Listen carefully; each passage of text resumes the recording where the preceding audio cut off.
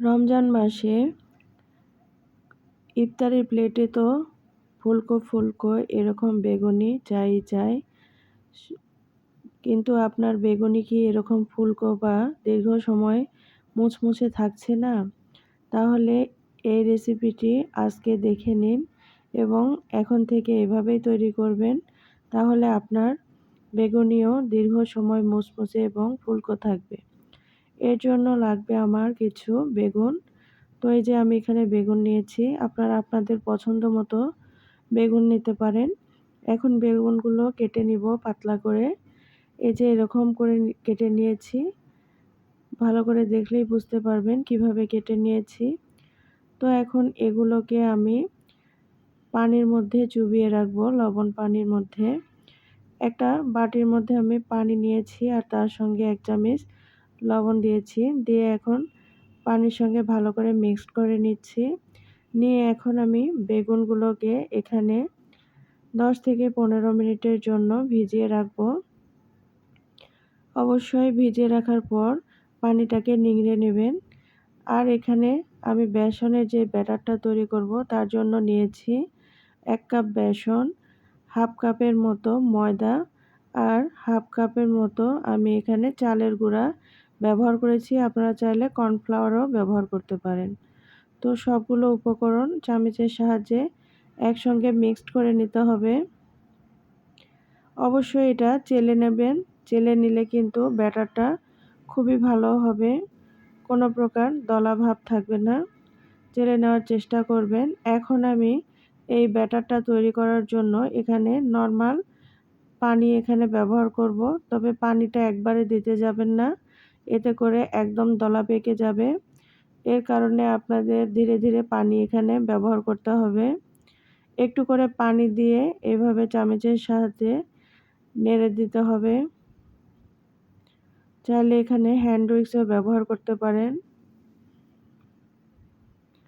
তো এই যে আমি এখন ধীরে ধীরে পানি দিয়ে একটা ব্যাটার তৈরি করে নেব। ব্যাটারের ঘনত্বটা এরকম হবে। এই যে আমি ব্যাটারটা তৈরি করেছি, এখানে কিন্তু লবণ বা অন্য কোনো উপকরণ কিছুই দেইনি। এভাবে 10 মিনিট রেস্টে রেখে দেব। 10 মিনিট পরে ফিরে আসলাম। আমি এখন এখানে কিছু উপকরণ ব্যবহার করব। আদা রসুন বাটা 1 টেবিল চামচ দিয়েছি, ভাজা জিরার গুঁড়া হাফ চামচ, ধনিয়ার গুঁড়া হাফ চামচ, এখানে মরিচের গুঁড়া দিয়ে দেব 2 চামচ, হলুদের গুঁড়া 1 চামচ। আপনারা যে পরিমাণ ঝাল খেতে পছন্দ করেন সেই পরিমাণে গুঁড়া মরিচটা ইউজ করবেন এখানে।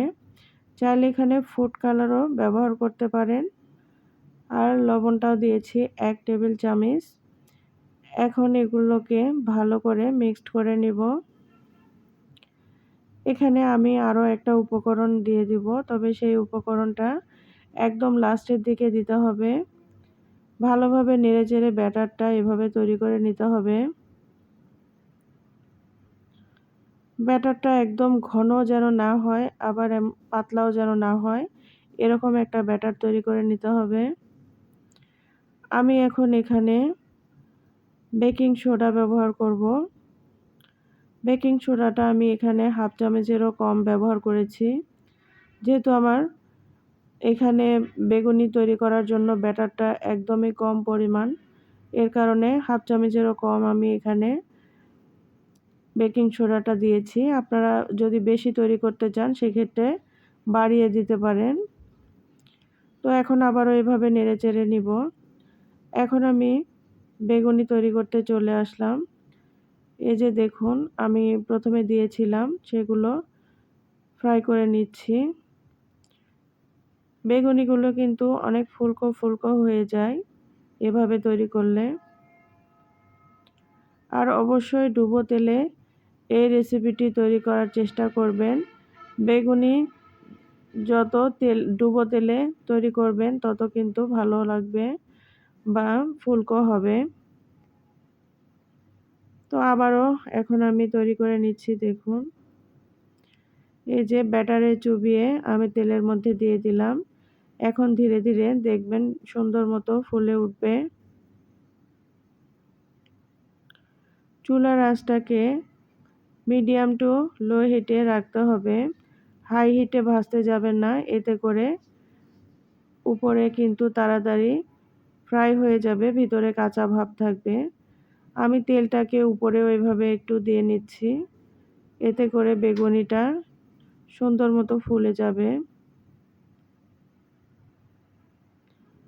এভাবে বেগুনি তৈরি করলে দেখবেন বেগুনিগুলো সুন্দর মতো ফুলে যায়। এই যে কত সুন্দর ফুলেছে। এভাবে ধীরে ধীরে আমি সবগুলো বেগুনি তৈরি করে নিব।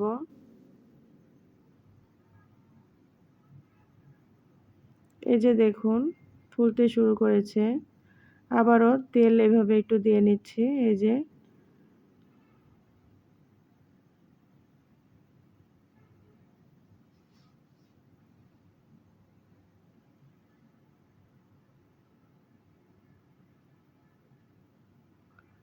আবারও আরেক পাশে আমি আরেকটা দিয়ে নিলাম, যেহেতু তেলের পরিমাণটা বেশি এর কারণে আরও দিয়ে নিচ্ছি। এভাবে বেগুনি তৈরি করে আপনারা ৩-৪ ঘন্টা রাখতে পারবেন, এরকম ফুলকো থাকবে এবং মুচমুচে থাকবে।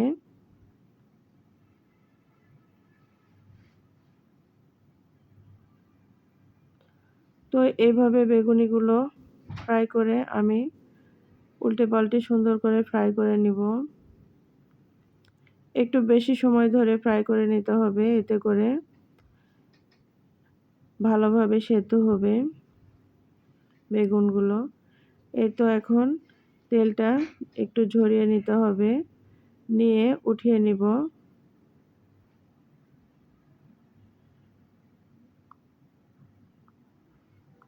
বাদ বাকি যে বেগুনিগুলো ছিল সবগুলোই আমি এখন এভাবেই ফ্রাই করে নিব।